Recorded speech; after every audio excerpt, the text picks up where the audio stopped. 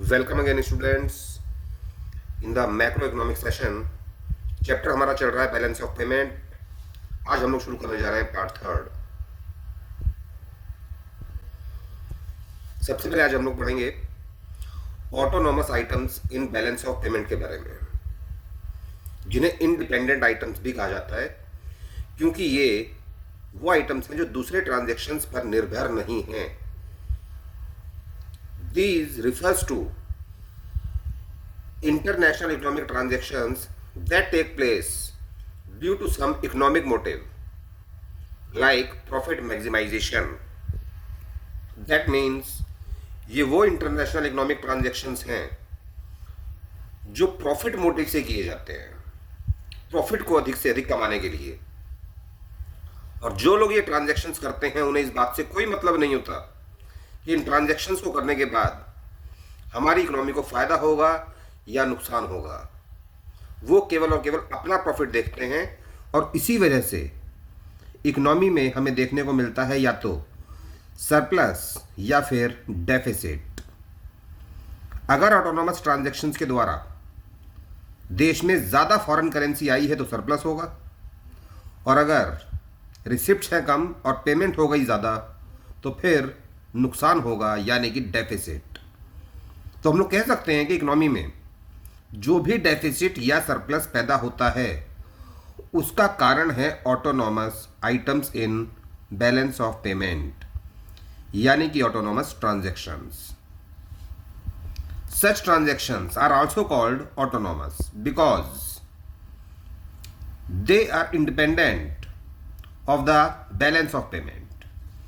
इनको ऑटोनॉमस कहने का यही कारण है कि ये बैलेंस ऑफ पेमेंट पर निर्भर नहीं करते, अर्थात इन ट्रांजैक्शंस को इससे कोई मतलब नहीं है कि आने वाले समय में इकोनॉमी के अंदर सरप्लस होगा फॉरेन एक्सचेंज का या डेफिसिट होगा। These items are generally called above the line items in BOP. इन्हें अबव द लाइन आइटम इसलिए कहा जाता है क्योंकि सरप्लस या डेफिसिट हमेशा बाद में निकाला जाता है। इन ट्रांजैक्शंस के बाद पहले होते हैं ऑटोनॉमस ट्रांजैक्शंस, और उसके बाद फाइंड आउट किया जाता है इकोनॉमी में कि फॉरेन एक्सचेंज का कितना सरप्लस हुआ है या डेफिसिट हुआ है। Again, balance of payment is in deficit if the autonomous receipts are less than autonomous payments. Balance of payment के अंतर्गत देश को घाटा होगा अगर फॉरेन एक्सचेंज में रिसिप्ट्स हुई हैं कम और पेमेंट्स करनी पड़ी हमें ज्यादा। इन अदर वर्ड्स, डेफिसिट और surplus in BOP occurs due to autonomous items, यानी कि बैलेंस ऑफ पेमेंट में जो भी हमें सरप्लस या डेफिसिट देखने को मिलता है उसका कारण केवल और केवल ऑटोनॉमस आइटम्स होते हैं, क्योंकि ये वो आइटम्स हैं जो प्रॉफिट मैक्सिमाइजेशन के लिए किए जा रहे हैं। लेकिन यहां पर बिजनेसमैन या इंपोर्टर एक्सपोर्टर जो भी है हमारे देश में, वो केवल अपने प्रॉफिट के लिए उन ट्रांजैक्शंस को कर रहा है। उसे इस बात से कोई मतलब नहीं है कि इससे इकोनॉमी में सरप्लस होगा या डेफिसिट होगा। Why autonomous items are called above the line items? Because they are recorded in BOP account at first. क्योंकि इन ट्रांजैक्शंस को बैलेंस ऑफ पेमेंट में पहले रिकॉर्ड किया जाता है और उसके बाद कैलकुलेट किया जाता है सरप्लस या डेफिसिट। इन फैक्ट, डेफिसिट और surplus occurs due to autonomous items. फिर ये बात दोबारा आपको बताई जा रही है कि डेफिसिट या सरप्लस जो भी पैदा होता है उसका कारण ऑटोनॉमस आइटम्स ही होते हैं। इन शॉर्ट, कुल मिलाकर आपको ये ध्यान रखना है कि ये ऑटोनॉमस ट्रांजैक्शंस वो ट्रांजैक्शंस हैं जो प्रॉफिट मोटिव से किए जाते हैं, और इन्हीं ट्रांजैक्शंस की वजह से सरप्लस या डेफिसिट निकल के आता है। इन्हें अबव द लाइन आइटम इसलिए कहा जाता है क्योंकि पहले इन ट्रांजैक्शंस को रिकॉर्ड किया जाता है और उसके बाद ही डेफिसिट या सरप्लस कैलकुलेट किया जाता है। Next, accommodating items in balance of payment, जिन्हें प्लैंड या कोऑपरेटिव आइटम्स भी कहा जाता है, और यही कहलाते हैं official reserve transactions.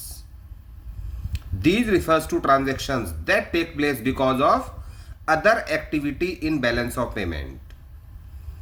Like government financing, यानी कि ये वो ट्रांजैक्शंस हैं जो other activities that means autonomous transactions की वजह से हमें करने पड़ते हैं, क्योंकि ऑटोनॉमस ट्रांजैक्शंस की वजह से जो भी डेफिसिट या सरप्लस पैदा होगा इकोनॉमी में, उसे एडजस्ट करने के लिए, यानी कि उस घाटे को पूरा करने के लिए, या अगर सरप्लस आया है तो उस फायदे का इस्तेमाल करने के लिए गवर्नमेंट को कुछ काम करने पड़ते हैं, रिजर्व बैंक ऑफ इंडिया को कुछ काम करने पड़ते हैं, वही ट्रांजैक्शंस कहलाते हैं अकोमोडेटिंग ट्रांजैक्शंस। यानी कि ये ट्रांजैक्शंस डेफिसिट या सरप्लस जो पैदा होता है ऑटोनॉमस ट्रांजैक्शंस की वजह से, उसे एडजस्ट करने के लिए ये ट्रांजैक्शंस किए जाते हैं। These items are also called below the line items.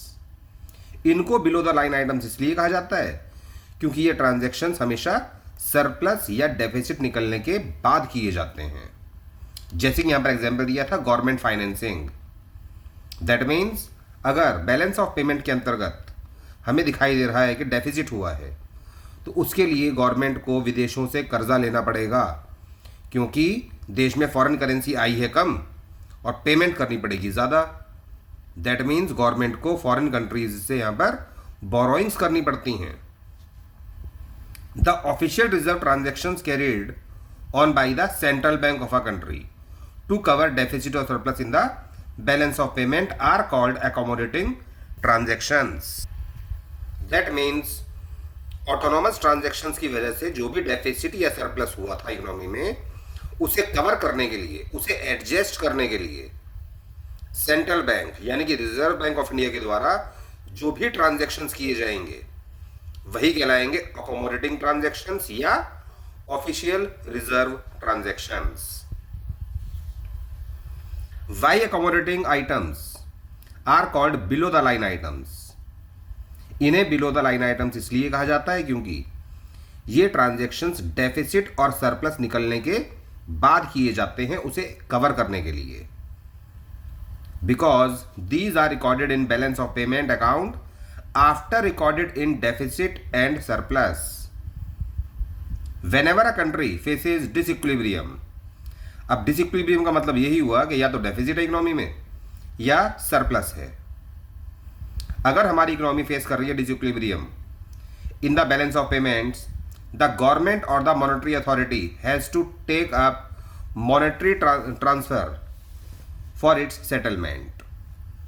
तो रिजर्व बैंक ऑफ इंडिया या फिर गवर्नमेंट को इसके लिए कुछ मॉनेटरी ट्रांसफर्स करने पड़ते हैं। अब इसको समझिए विद एग्जांपल। मान लेते हैं कि हमारी इकोनॉमी में डेफिसिट है, दैट मीन्स फॉरेन एक्सचेंज आया है कम और पेमेंट करनी पड़ेगी ज़्यादा। तो इसके लिए reserve bank of India economy में फंड्स को रिलीज करेगा, दैट मीन्स फॉरेन एक्सचेंज को मार्केट में रिलीज करेगा, ताकि जो पब्लिक को ज़्यादा पेमेंट करनी है फॉरेन कंट्रीज को वो आसानी से की जा सके। दैट मीन्स क्योंकि इकोनॉमी में डेफिसिट है, पेमेंट्स ज़्यादा करनी पड़ रही हैं, तो रिजर्व बैंक ऑफ इंडिया अपने फॉरेन एक्सचेंज रिजर्व को यहाँ पर डिक्रीज करेगा, ताकि मार्केट में अधिक से अधिक फॉरेन एक्सचेंज को रिलीज किया जाए और जो भी एक्स्ट्रा पेमेंट्स हमें करनी है वो आसानी से की जा सकें। दूसरा एग्जांपल, अगर इकोनॉमी में सरप्लस है, सरप्लस का मतलब हो गया इसका उल्टा, यानी कि फॉरेन एक्सचेंज हमारी इकोनॉमी में आया है ज़्यादा और पेमेंट्स हुई हैं कम। अगर रिसिप्ट ज़्यादा है और पेमेंट कम है फॉरेन एक्सचेंज का, that means surplus of balance of payment. तो इस कंडीशन में रिजर्व बैंक ऑफ इंडिया अधिक से अधिक फॉरेन करेंसी को मार्केट से, क्योंकि मार्केट में फॉरेन करेंसी आई है ज़्यादा और पेमेंट हो रही है कम, तो इस कंडीशन में रिजर्व बैंक ऑफ इंडिया अपने ऑफिशियल रिजर्व्स को यानी फॉरेन एक्सचेंज रिजर्व्स को बढ़ाएगा। तो इस तरह से reserve bank of India foreign exchange के रिजर्व्स को बढ़ाकर या घटाकर डेफिसिट और सरप्लस को एडजस्ट करता है, उसे कवर करता है। तो यही सब ट्रांजैक्शंस कहलाते हैं accommodating transactions in balance of payment.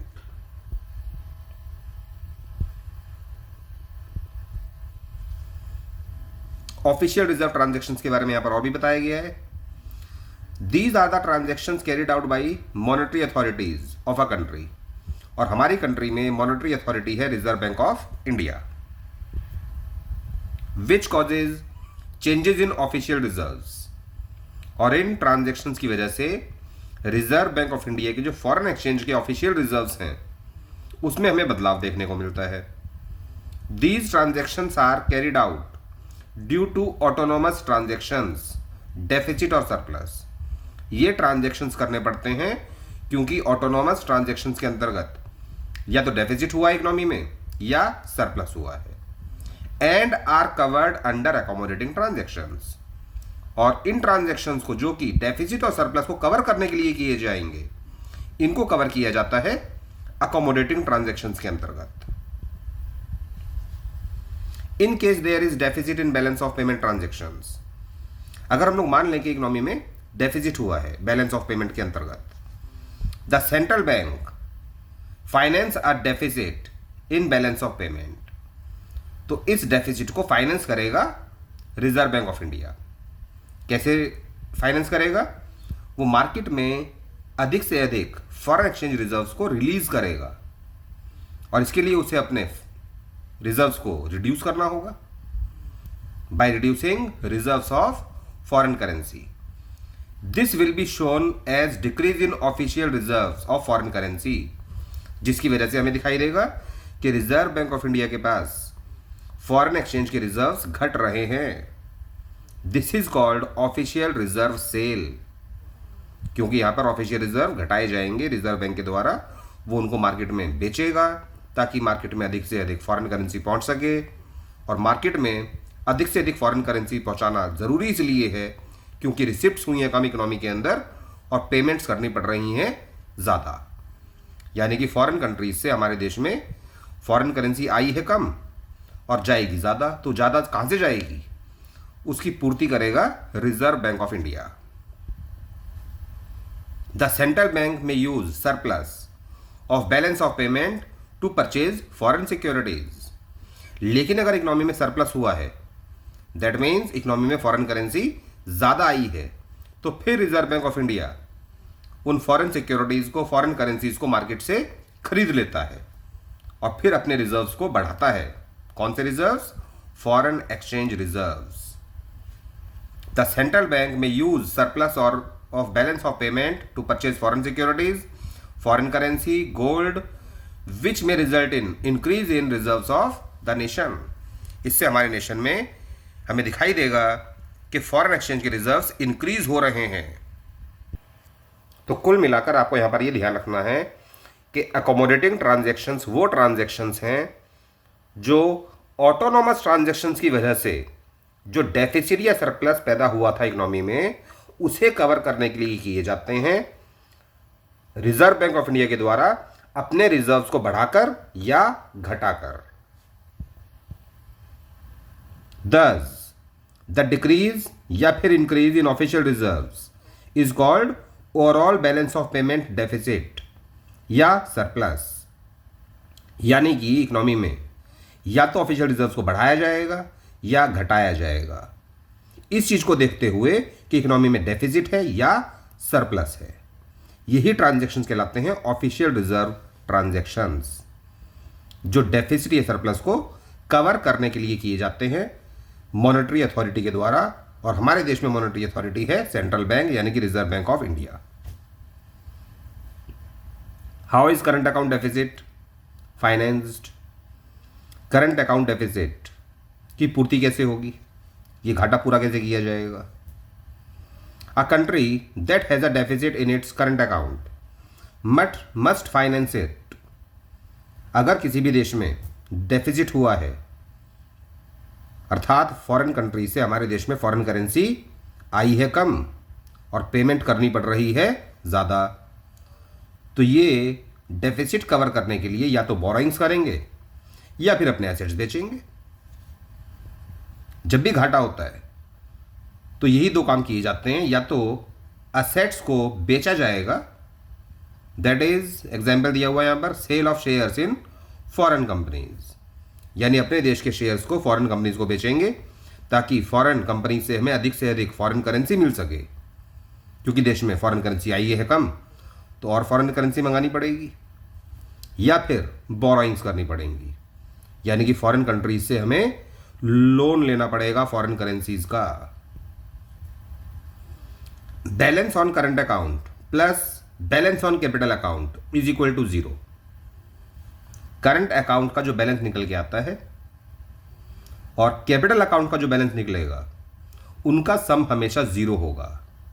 समझने वाली बात यहां पर ये है कि करंट अकाउंट का जो बैलेंस ऑफ पेमेंट निकलेगा, यानी कि जो भी सरप्लस से डेफिसिट आएगा, वो कहलाएगा ऑटोनॉमस ट्रांजैक्शंस, जिनको पूरा करने के लिए गवर्नमेंट करेगी अकोमोडेटिंग ट्रांजैक्शंस, उनको एडजस्ट करने के लिए। तो यहां पर आपको हमेशा ये देखने को मिलेगा कि बैलेंस ऑन करंट अकाउंट अगर पॉजिटिव है तो बैलेंस ऑन कैपिटल अकाउंट उतना ही नेगेटिव जाएगा। और ये कौन लेके जाएगा? ये गवर्नमेंट लेके जाती है अकोमोडेटिंग ट्रांजैक्शंस के द्वारा। सेम इसी प्रकार से अगर बैलेंस ऑन करंट अकाउंट हमें दिखाई दे रहा है पॉजिटिव, तो फिर बैलेंस ऑन कैपिटल अकाउंट दिखाई देगा सेम उतने ही अमाउंट का नेगेटिव।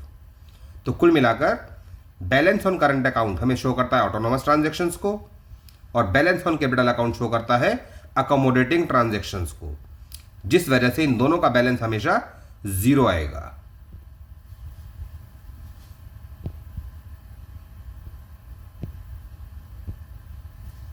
ओवरऑल बैलेंस, अगर बैलेंस ऑफ पेमेंट हमें दिखा रहा है डेफिसिट, यानी कि इकोनॉमी में हुआ है घाटा, क्योंकि फॉरेन एक्सचेंज आया है कम और पेमेंट करनी पड़ेगी ज़्यादा, तो यहां पर reserve bank of India balance of payment के डेफिसिट में, यानी कि नेगेटिव होने पर, अपने रिजर्व्स को डिक्रीज करेगा, यानी कि जितने भी फॉरेन करेंसी रिजर्व बैंक के पास होंगी उन्हें वो मार्केट में रिलीज करेगा।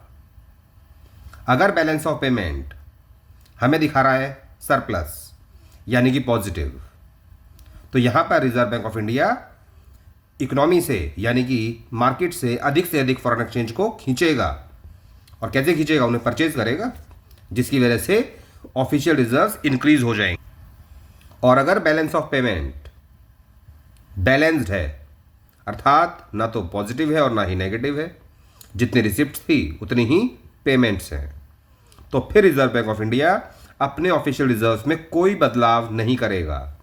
That means no movement of official reserves. Next topic is foreign exchange rate. Approximately आपका हाफ चैप्टर कंप्लीट हो चुका है और बाकी के हाफ चैप्टर में हम लोग पढ़ेंगे फॉरेन एक्सचेंज के बारे में। बैलेंस ऑफ पेमेंट के बारे में जितना पढ़ना था पढ़ लिया।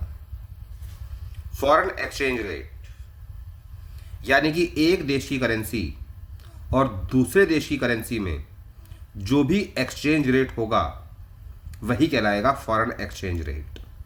जैसे कि फॉर एग्जांपल अगर हम लोग ये मान लें कि $1 परचेज करने के लिए हमें अपने देश की 70 रुपीज की करेंसी देनी पड़ेगी, तो यही जो हमें एक्सचेंज रेट दिखाई दे रहा है कि इंडिया के 70 रुपए देने पर हमें $1 केवल 1 मिलेगा, तो यही कहलाएगा foreign exchange rate.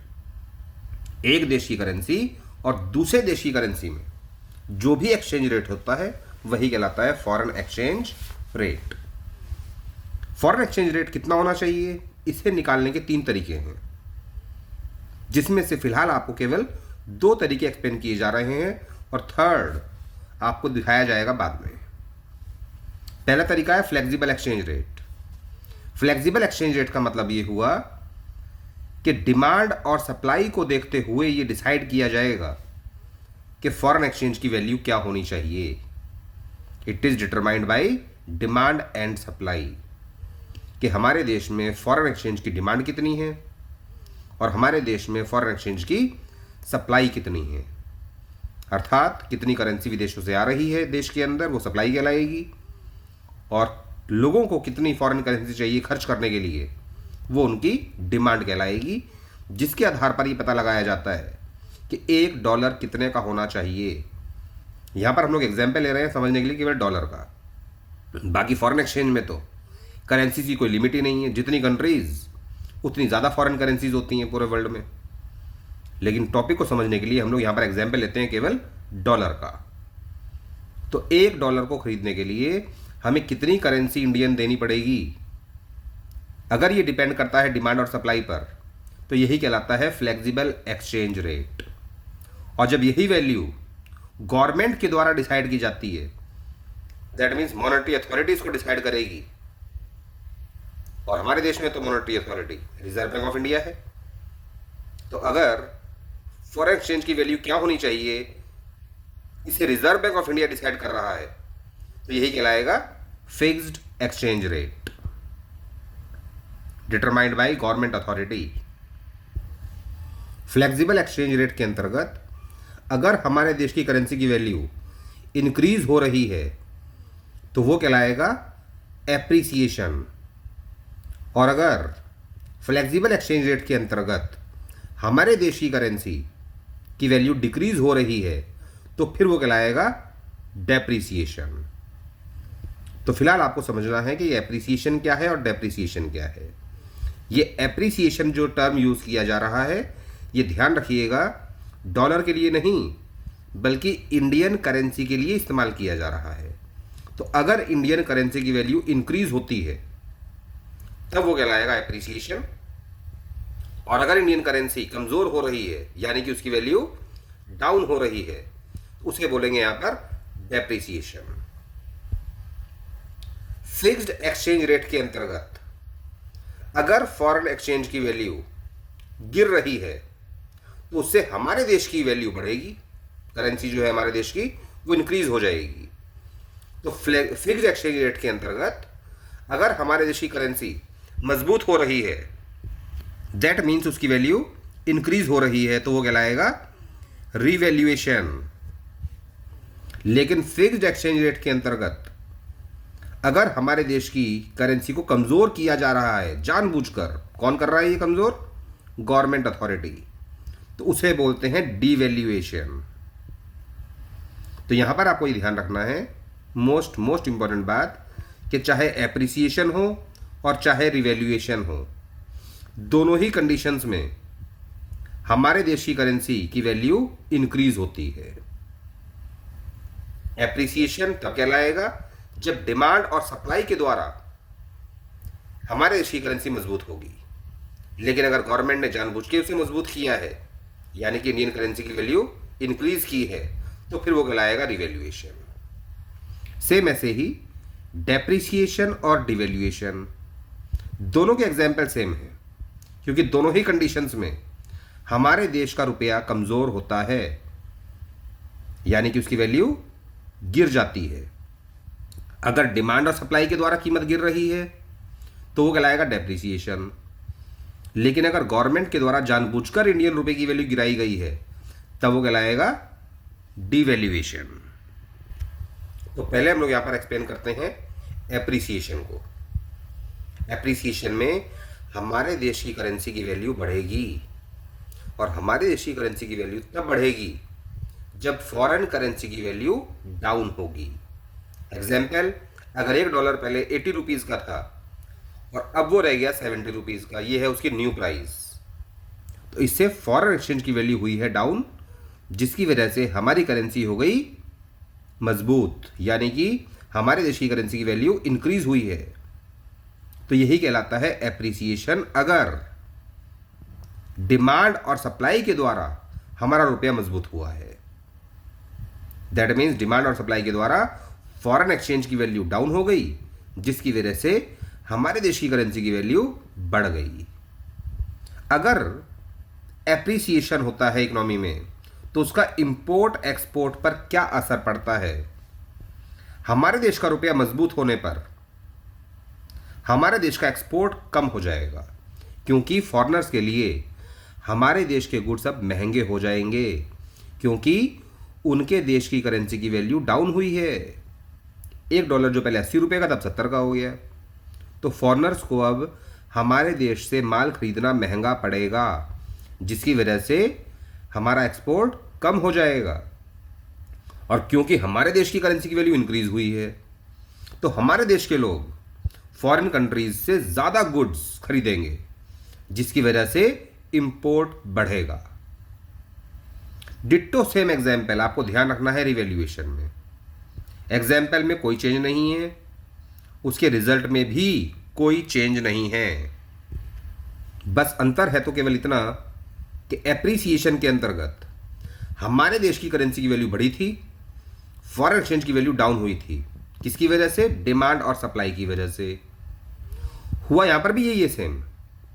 Foreign exchange की वैल्यू डाउन हुई है, जिसकी वजह से हमारा रुपया हो गया मजबूत, हमारे देश की करेंसी की वैल्यू इंक्रीज हुई। लेकिन ये काम डिमांड सप्लाई के द्वारा नहीं हुआ, बल्कि ये काम किया गया गवर्नमेंट अथॉरिटी के द्वारा।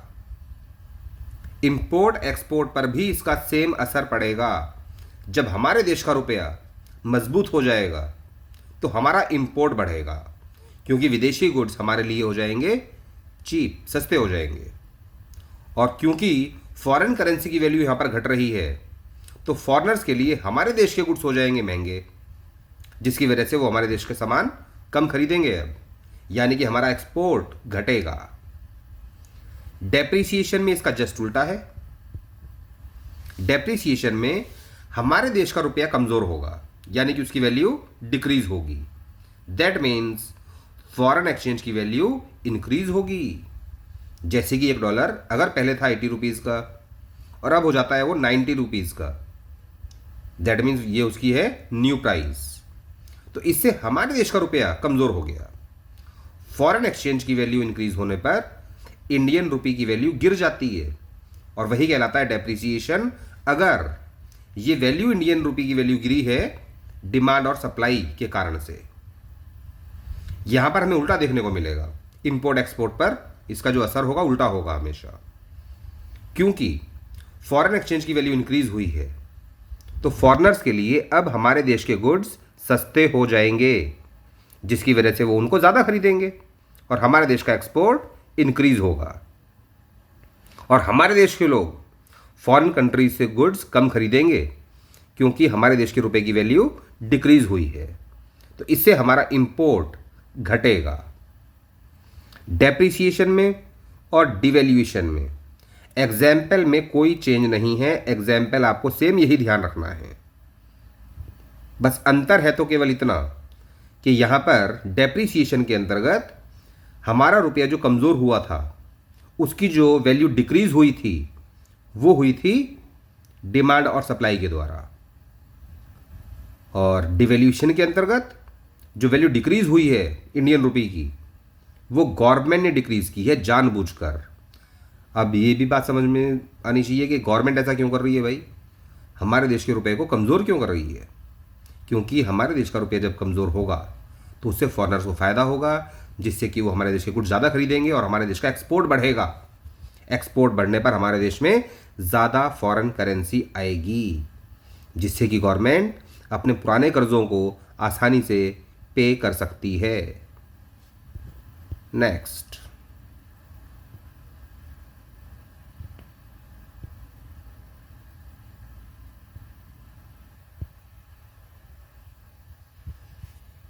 Foreign exchange rate. अब यही बात जो आपको पिछली स्लाइड में पढ़ाई गई, अब इसी बात को हम लोग पढ़ेंगे डिटेल में थ्योरी में। Foreign exchange rate, the rate at which currency of one country can be exchanged for currency of another country is called the rate of foreign exchange. The rate at which currency of one country can be exchanged for currency of another country is called the rate of foreign exchange. जिस rate पर एक देश की currency को दूसरे देश की currency में बदला जा सकता है, वही कहलाता है रेट ऑफ फॉरेन एक्सचेंज। यह कह सकते हो foreign exchange rate. It is the price of one currency in terms of other currency. For instance, जैसे कि $1 can be exchange for 70 Indian rupees. ये केवल एक एग्जाम्पल लिया गया है समझने के लिए कि $1 को अगर हमें प्राप्त करना है तो उसके लिए हमें 70 रुपए देने होंगे। तो ये जो है रेट, ये इंडियन करेंसी के बीच और यूएसए के बीच है। This will be called foreign exchange rate between USA and India. Foreign exchange market, it is the market in which national currencies of various countries are converted, exchanged or traded for one another. यानी कि एक ऐसा market जिसमें हम लोग अपने देश की करेंसी को किसी भी दूसरे देश की करेंसी में कन्वर्ट कर सकते हैं, या उससे एक्सचेंज कर सकते हैं, या उनकी ट्रेडिंग कर सकते हैं। ट्रेडिंग का मतलब उन्हें खरीद सकते हैं, बेच सकते हैं। तो ऐसे ही मार्केट को कहा जाता है फॉरेन एक्सचेंज मार्केट, जिसमें हम लोग अपने देश की करेंसी को किसी भी दूसरे देश की करेंसी में कन्वर्ट कर सकते हैं। फॉरेन एक्सचेंज रेट निकालने के मैंने आपको बताया था 3 तरीके हैं, जिनमें 2 तरीके मैंने आपको भी शॉर्ट में एक्सप्लेन किए हैं, fixed and flexible exchange rate. इन्हीं टॉपिक्स को हम लोग पढ़ेंगे डिटेल में नेक्स्ट सेशन में। तब तक वीडियोस को लगातार देखिए और जितना मैंने पढ़ा दिया है उसे ढंग से कवर कीजिए ताकि आगे समझने में और ज़्यादा आसानी हो। वीडियोस को लगातार लाइक कीजिएगा स्टूडेंट्स, और कमेंट भी कीजिएगा। Thank you.